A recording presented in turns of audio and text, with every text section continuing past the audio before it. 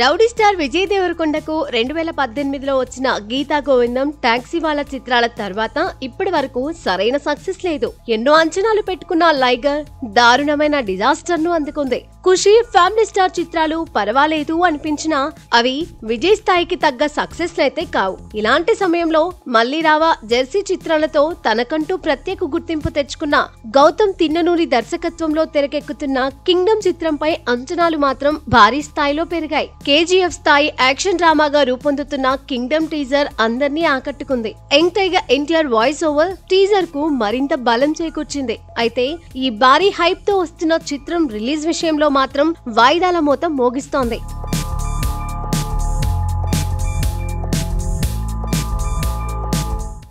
మార్చి 28 నుంచి మొదలైన ఈ డిలే గేమ్ మే, జూలైకి వాయిదా పడుతూ అభిమానుల ఆత్రాన్ని పరీక్షిస్తోంది. దీంతో ఈ సినిమాపై ఉన్న అంచనాలు కొద్దిగా తగ్గుకుంటూ వస్తున్నాయి. అయితే కింగ్డమ్ ఆలస్యానికి 2 ప్రధాన కారణాలు వినిపిస్తున్నాయి. అందులో మొదటిది, ఇప్పటికే షూటింగ్ పూర్తి చేసుకున్న కింగ్డమ్ పోస్ట్ ప్రొడక్షన్ పరంగా కొద్దిగా డీలే అవుతూ వస్తుంది. దీంతో పాటు హరిహర వీరమల్లు చిత్రం రిలీజ్ ఇష్యూ కూడా ప్రధానంగా వినిపిస్తుంది. కింగ్డమ్ రిలీజ్ డేట్ మెన్షన్ చేసిన ప్రతిసారి అదే తేదీన హరిహర వీరమల్లు చిత్రాన్ని రిలీజ్ చేయాలనుకోవడం, ఆ తర్వాత ఈ చిత్రం వాయిదా పడడం జరుగుతుంది. ఆ తర్వాత హరిహర వీరమల్లు సినిమా ఏమో ఎప్పుడు రిలీజ్ అవుతుందో చెప్పలేని పరిస్థితికి వచ్చింది. స్వయంగా పవన్ కళ్యాణ్ రంగంలోకి దిగినా కూడా ఈ సినిమా రిలీజ్ మాత్రం పోస్ట్ ప్రొడక్షన్ కార్యక్రమాల వల్ల ఆలస్యం అవుతూ వస్తుంది. ప్రస్తుతం జూలై 18న వీరమల్లు రిలీజ్ చేయడానికి ప్రయత్నాలు చేస్తున్నారు.